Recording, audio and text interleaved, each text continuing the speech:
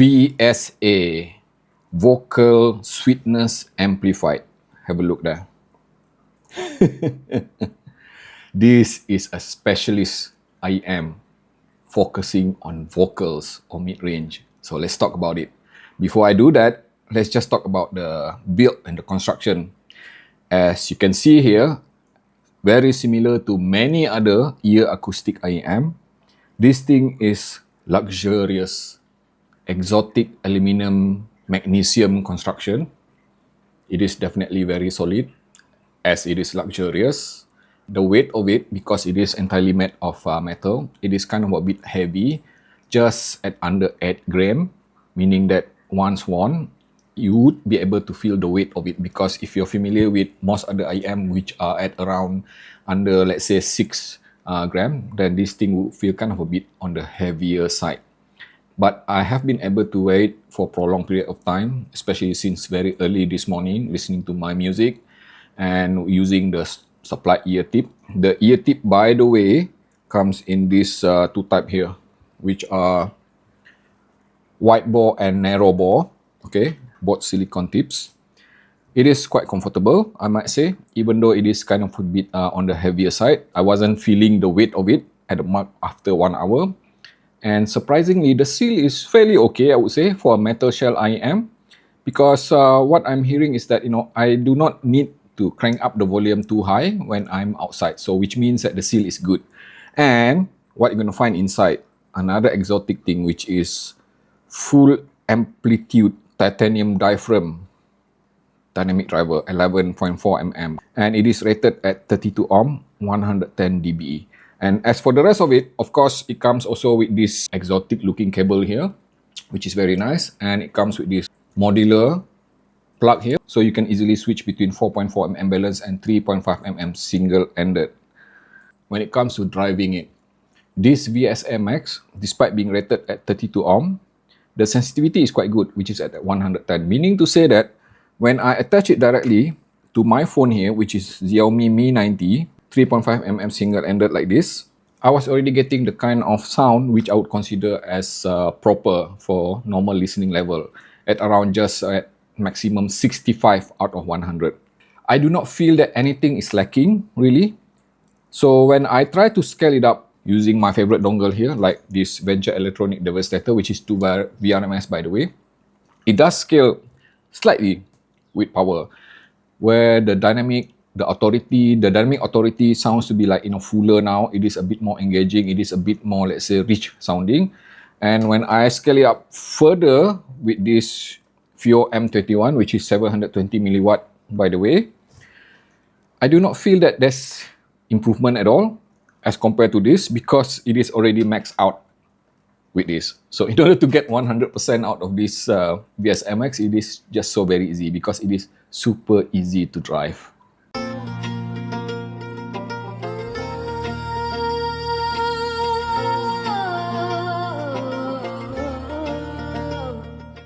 What did I mention earlier? Vocal sweetness amplified. Let me just show you again. Yes. This thing, like I mentioned, I'm just going to repeat myself, is a specialist. A specialist for mid-range and vocals, especially female vocal and even male vocal. Listening to Diana Krall, which is contralto, by the way, and also Alison Krauss, which is soprano high pitch. So 2 type of female vocal, one very low, chesty, deep octave type, another one very high pitch, soprano alto type. This thing literally sings when it comes to vocal. It really amplified the vocal to a point that it become like really frontal, okay, immersive and engaging. You just can't miss it. If you love vocal, absolutely you will love this, because it offers the kind of transparent, neutral, and very detailed mid-range. And it also applies to male vocal as well, because when I tested it with Nick Cave or even, let's say, Morrissey, both of them are baritone, I am hearing the same thing. And it also applies to instrument as well, because being focused on the mid-range all the way to the upper mid-range, okay, I am hearing very, very well-defined instrumentation, especially when it comes to string instruments. So which means that when I listen to classical music or percussion music, especially like something like from Vivaldi or even from Beethoven, the resolution itself is just simply amazing. It picks up every nuances of the mid-range itself to a point that, I can literally feel the flow of the violin or even the piano when being pressed. But also on top of it, being highly focused on vocal, especially the mid-range all the way to the upper mid-range, it also seems to be kind of a bit sharp sounding, especially if you subject it to certain type of very energetic music. So for example, we're talking about something like rock and metal music, which have very aggressive guitar play.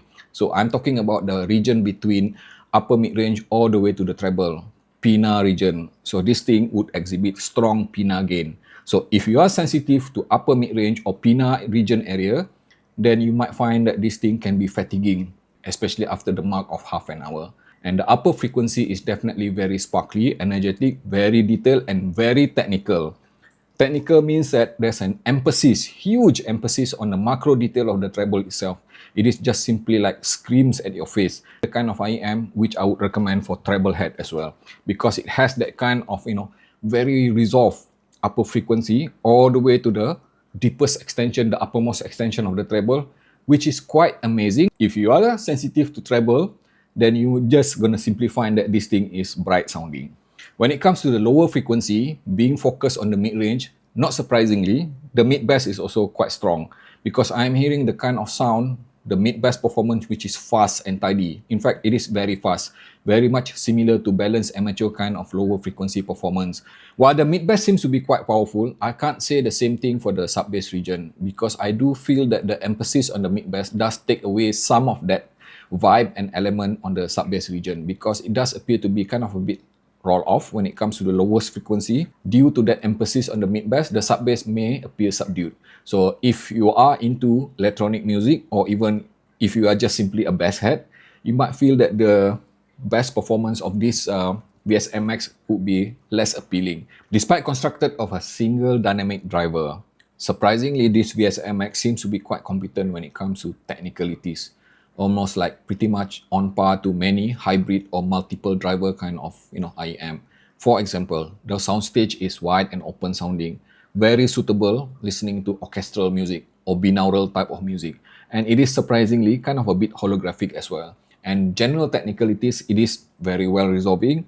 In fact, I would even say that this VSA Max is more of a technical set rather than musical, because the focus on the technicalities does take away a bit of that organic timbre element, at which I would just simply consider this as a technical set.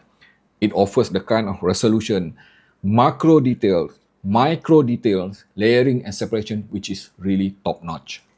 Comparatively, there's a few IEM in the market that I can think of competing directly with this VSA Max, because there are some IEM which are focused on mid-range. Let's just have a look at this Leica DX1, which I reviewed very recently.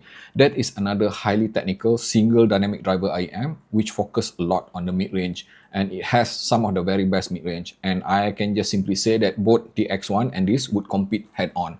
But perhaps due to the emphasis on the upper mid-range, this would appear a bit more pronounced with the upper mid-range itself. And when it comes to the treble, this would appear kind of a bit slightly a bit brighter as well, kind of a bit more technical as compared to the more relaxed sound of the DX1 in contrast. And of course, we still have that Technicalities ER4 series. Used to be one of my favorite last time. It focused a lot on the mid-range as well, and it focused a lot more on the upper frequency. If I am saying this thing is bright, then Technicalities ER4S is definitely brighter, even more technical sounding, because it is a pure balanced amateur.